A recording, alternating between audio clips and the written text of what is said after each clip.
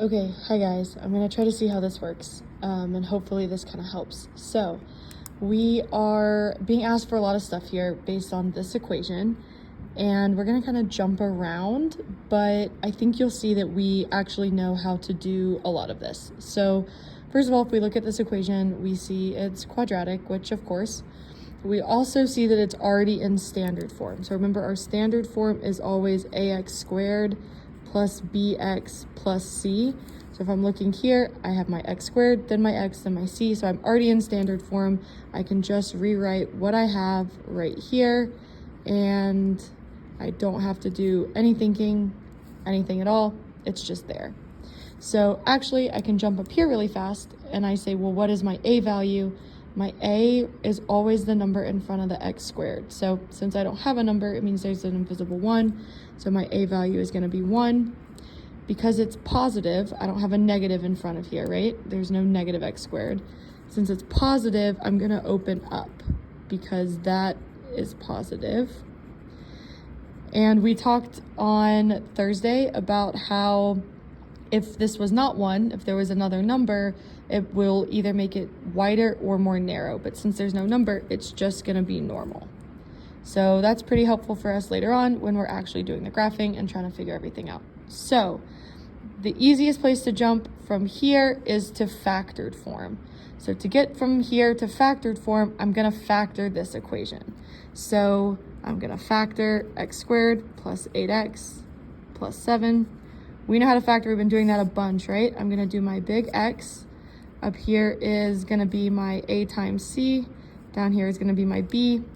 So my a is 1, my c is 7. So 1 times 7 is going to give me 7. And then my b is 8. So it's going to give me 8 down here. So I'm looking for two numbers that multiply to 7, add to 8.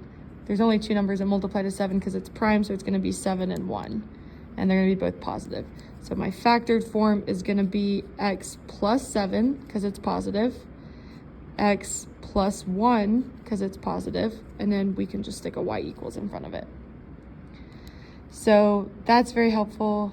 This gives us our second form. Why do we care about this? Why does this matter? Because actually this helps us find our x-intercepts. So remember, we can solve for x from factored form by setting y equal to 0, which makes sense if we think about our x-axis. On our x-axis, our y is always 0. So we're going to set our y equal to 0, and then look at our factored form, which is going to be x plus 7, x plus 1. We know when we do this, we're going to take each factor and set it individually equal to 0. So we would have an x plus 7 equals 0, and an x plus 1 equals 0. Then to get x alone, I would subtract 7 on both sides. So my x is negative 7. And then here, to get x alone, I'd subtract 1 on both sides. So my x is negative 1. So my x-intercepts are going to be at negative 7, 0, because remember I plugged in 0 for y, and negative 1, 0. And I can actually just go ahead and go over here and put my x-intercepts. So this is going to be 0, 0, so that's negative 1, 0, and 1, 2, 3, 4, 5, 6, 7. Here's negative 7, 0. So those are my parabolas, and I know it's opening up, so it's going to look like this-ish. Okay, then I can find my y-intercept. I'm going to plug in x equals 0. So when I do that, I get 0 squared plus 8 times 0 plus 7. So that's 0, that's 0. I'm just left with 7. So I'm going to be at 0, 7. Because again, remember, my x is 0. I plugged in 0 for x. So I can also go here and put my y-intercept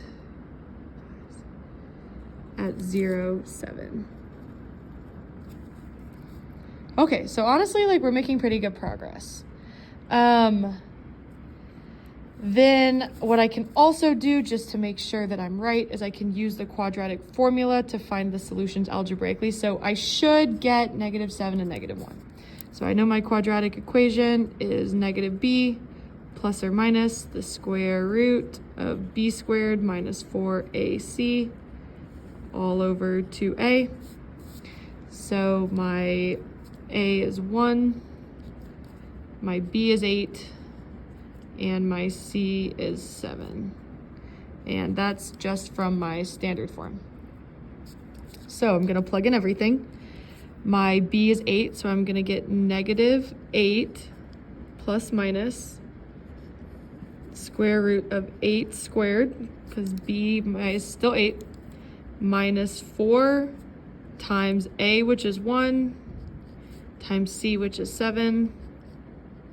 And then that's all gonna be divided by 2 times 1.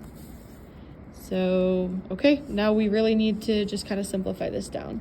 So my negative 8 is gonna stay, plus minus. 8 squared is 64. And then 4 times 1 is 4, times 7 is 28, so minus 28, all divided by 2. 64 minus 28 is 36, so negative 8 plus minus the square root of 36 over 2. I happen to know the square root of 36 is 6, so I have negative 8 plus minus 6 over 2. Just as simple as I can get it. Now I'm going to split up the plus minus, so I'm just going to go here to this space. So I get 8 plus 6 over 2, or sorry, negative 8 plus 6 over 2, and negative 8 minus 6 over 2. So negative 8 plus 6 is going to give me negative 2 over 2, and negative 2 over 2 is negative 1, which great, because I should get negative 1. And then negative 8 minus 16 is negative 14 over 2. Negative 14 over 2 is negative 7. Also great. That's also what I got here. So this is just a way to double check that your x-intercepts are correct. So I didn't get any new information from my graph, but still, that's helpful. So now I want to find my vertex. I know that my vertex is going to be halfway between my two x-intercepts. So 5, 6, there's 6 between them, so 3 between them would be at negative 4. So what I'm gonna probably actually say is that here I know is gonna be my axis of symmetry, because that is gonna be the halfway point, right? Our axis of symmetry is gonna cut our parabola in half, 2 perfect halves. It's also going to go through my vertex. Another way I can find it is that the x of my vertex I can find with negative b divided by 2a. So I can either look for the halfway point between the x-intercepts, and that's my axis of symmetry, or I can do negative b over 2a. So if I do this, my negative b would be negative 8 over 2 times 1, which would just be negative 8 over 2, or at negative 4, which is cool because I had already put my axis at negative 4. So since this is a vertical line at x equals negative 4, I can say that my axis is at x equals negative 4. So then the vertex of my point is going to be at negative 4 something. I figure out what my y value is by plugging in negative 4 to my equation. So I'd get negative 4 squared plus 8 times negative 4 plus 7. So that got me my x. This is getting me my y, because I need an xy for my point. So negative 4 squared is positive 16. Negative 4 times negative 4 is positive 16. 8 times negative 4 is negative 32. And then plus 7. This is negative 16. Plus 7 is negative 9. So my vertex is going to be at negative 4, negative 9. So negative 4, negative 9. Perfect.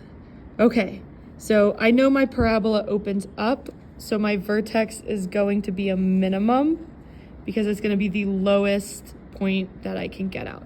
So now finally I can put in my graph. I can finish my graph.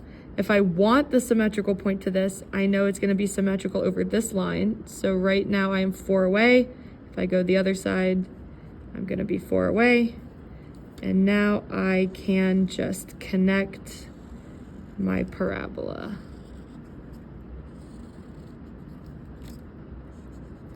So this is my x-intercept here. this is my x-intercept, that's my y-intercept, and that's my vertex. They asked me to label it, so that's why I did that. And then the very last thing I need to do is my vertex form. So my vertex form is gonna be y equals a times x minus h squared plus k. And I know my vertex as a point is hk. So I know my vertex is -4, -9. So -9. Sorry, I'm trying to do this one-handed. So that means my h is -4, my k is -9.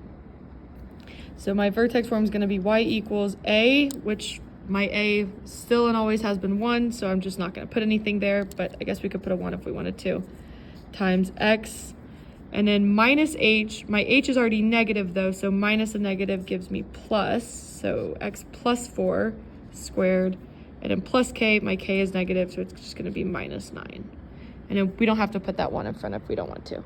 So here is an example of how to do this. We'll talk about it in class on Monday, but I wanted to say that if, I know some of you guys look at it over the weekend, now you have this as an example. I hope you see that actually we do know how to do all of this. Maybe this is the only part that's kind of new, but we've talked about the quadratic equation. To get from here to here, we just factor. Then we set our factors equal to 0, and that gives us our x-intercepts, which we can put on a graph. Then we can plug in x equals 0 to get our y-intercept, and we can put that on the graph. Then our vertex is halfway between our x-intercepts, or we can use the negative b over 2a.